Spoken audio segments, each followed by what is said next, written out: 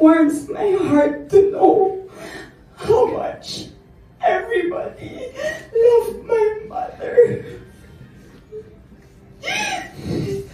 It's been helping me so much to see that every single one of you, I know every single one of you because she tells me about all of you.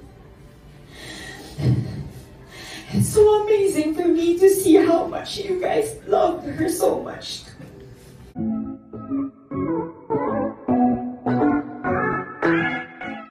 Ngayon nga ang huling lamay ni Nanay Jacqueline at bukas ay dadalhin na siya sa huling hantungan kasama ng mga mahal niya sa buhay.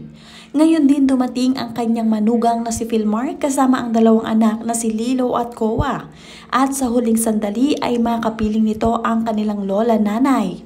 Panoorin at kung hindi pa nakasubscribe, don't forget to click subscribe and hit the notification bell to keep you updated. Kitang-kita sa mga mata ni Lilo at Kowa ang lungkot na nararamdaman nang mabalitaan nila na wala na ang kanilang lola Nanay Jacqueline. Napag-isip-isip din nila na ano nga ba ang ibig sabihin ng mga nasa harapan nila at nakikita nila na maraming bulaklak. Inihanda muna ni Andy at Philmar ang mga bata bago dalhin sa huling lamay ni Nanay Jacqueline. Kahit papaano ay makasama nila ang kanilang lola nanay kahit wala na ito. Ngayon nga lang nakarating si Philmar sa lamay at huling lamay pa nga ito ng kanyang biyana na si Nanay Jacqueline. Naiintindihan naman ito ng Eigenman family dahil sa maraming naiwan si Andy na business sa isla na Siargao kaya naman inayos muna ito ni Philmar.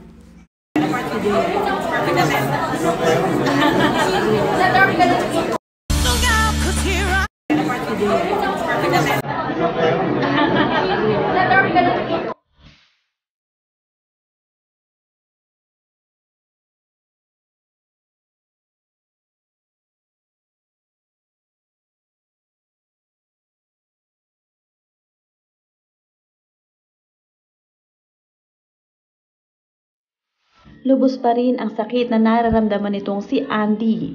Kahit na gabi-gabi ay nagsasalita siya sa harap para sa kanyang Nanay Jacqueline. Pero ngayong gabing ito ang talagang pinakamasakit sa lahat dahil ito nga ang huling gabi ni Nanay Jacqueline na kasama siya. Everybody, I would just like to take this chance to say thank you in behalf of my Nanay's family.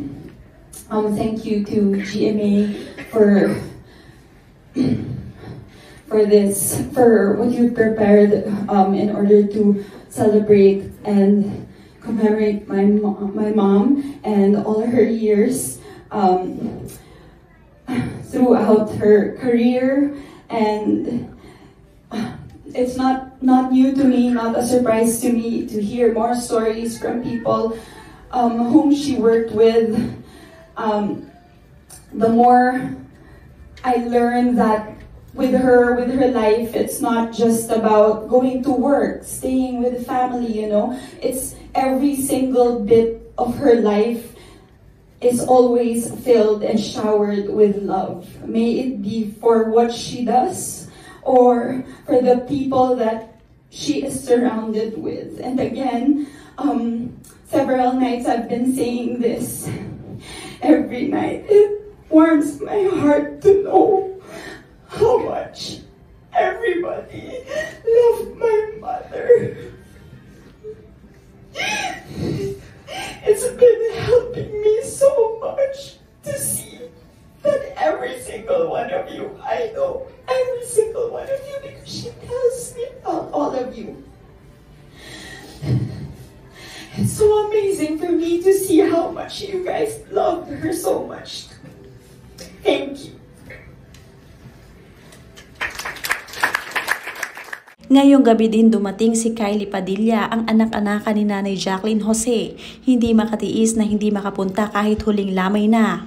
I settle my soul's ache to imagining you as the dove flying into the highest and clearest skies. Heart soaring in a peace and in light, just like how I saw you in my dream. Your love radiates in each and everyone's heart you touch. It radiates me. Thank you for seeing me. Be free.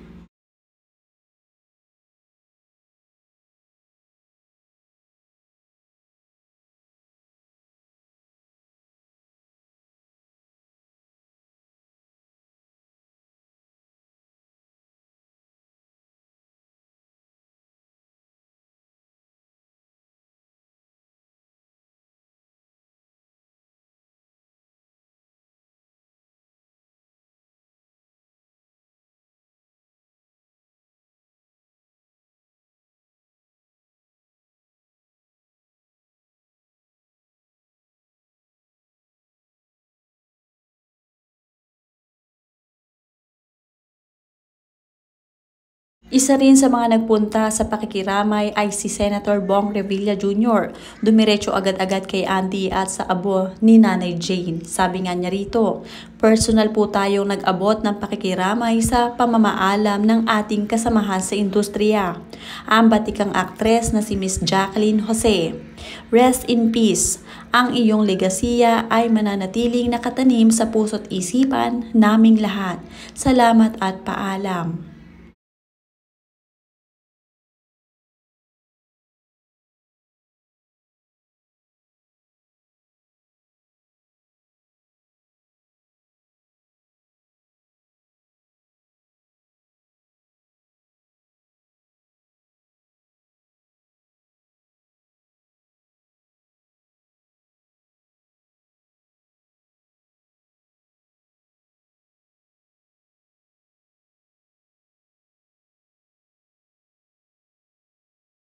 Sunod-sunod nga rin ang mga plaque of recognition na nagpapadala kay Nanay Jacqueline. Isa na rito ay ang GMA kung saan napabilang si Nanay Jacqueline bilang isang magaling na artista. In this moment of grief, let us focus on our minds on the goodness of our Heavenly Father who has called your beloved home to be in His presence forever.